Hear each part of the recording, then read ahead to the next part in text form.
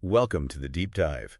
Today we're looking at some really interesting technical documents you send over about uh, restomodding vintage Tamiya ORV chassis, off-road vehicle chassis. Yeah, things like the Frog, the Blackfoot, iconic stuff. Exactly.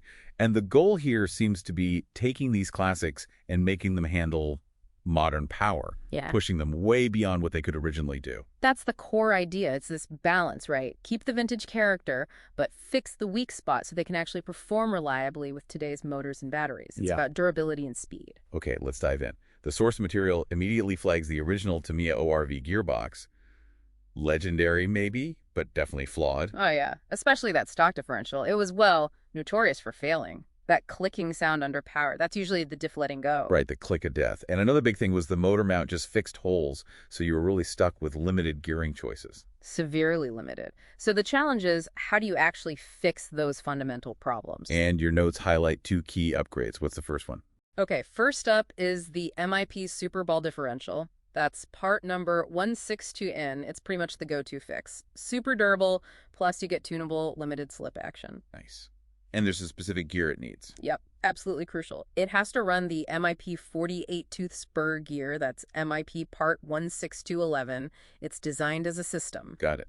So the diff sorts out the durability. Then how do you get around those fixed motor mounting holes for better gearing? Well, that's where this classic hop-up comes in, the vintage CRP adjustable motor mount number 2108. CRP, okay. How does that work? It's quite clever, actually. Instead of fixed holes, it has these elongated slots, so you can physically slide the motor back and forth to set the gear mesh precisely with different sized pinions. Okay, that sounds like it opens up a lot of possibilities. A real game changer for tuning. Totally. It decouples you from Tamiya's original limitations, but before we even talk pinion sizes, there's a really common mistake we need to address.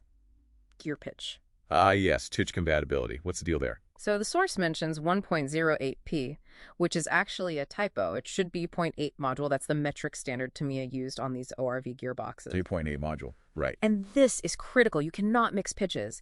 Using common stuff like 48 pitch or even 0.6 module will just shred your gears instantly. It sounds awful and it breaks parts. So for this setup MIP spur CRP mount, you absolutely need. You absolutely need 0.8 module steel pinions, and they need to have a 18-inch bore to fit standard 540 size motor shafts.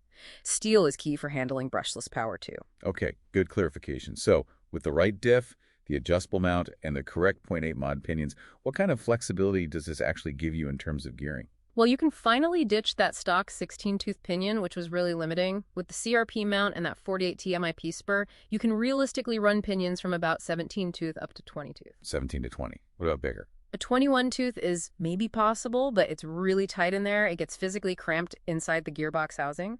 So 17 to 20 is the practical, usable range. And what does that jump, say, from 16T to 20T, actually mean for performance? It's significant. The math in your source shows going from 16T to 20T gives you a 25% increase in theoretical top speed.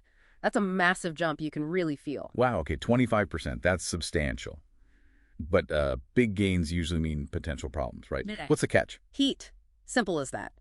Taller gearing, meaning larger pinions here, makes your motor and your ESC, the speed controller, work harder. They generate a lot more heat. And too much heat means? Means cooked motors, fried ESCs, permanent damage. You can kill expensive electronics really quickly if you ignore it. So this is why the source talks about that gear up and temp down method. Exactly. It's a tuning process. You don't just slap the biggest pinion on and hope for the best. Right. So walk us through it. You start conservative, maybe in a 17 or 18 tooth pinion. Yeah, start there. Mount the motor carefully, set the gear mesh just right. That paper method is mentioned. Use a little strip of paper between the gears as you tighten the motor.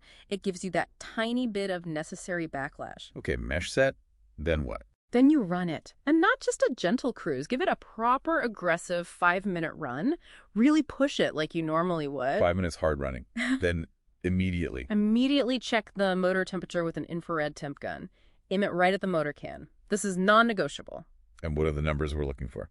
Okay, the golden rule is, if it's below 140 Fahrenheit or 60 Celsius, you're good. You've got headroom. You can probably try the next size up pinion. Safe zone. What's optimal? 140 to 160 Fahrenheit. That's roughly 60 to 71 Celsius. That's kind of the sweet spot. Good performance, but not dangerously hot. And the danger zone? Anything above 160 Fahrenheit or 71 Celsius, if you hit that stop, let it cool down, and then you must gear down, put a smaller pinion on. No arguments. Ignoring that is asking for trouble. So it's this iterative process.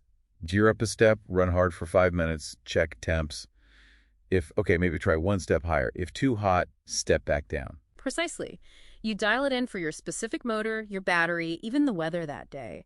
It lets you safely find the absolute best performance your setup can handle without burning up. What really stands out to me here is it's not just about chasing speed numbers. It's about building something balanced. Yeah, it's taking these cool vintage parts, combining them with select modern L grades like the Diff, and creating something genuinely robust and tunable. A platform that can actually handle the power. Exactly.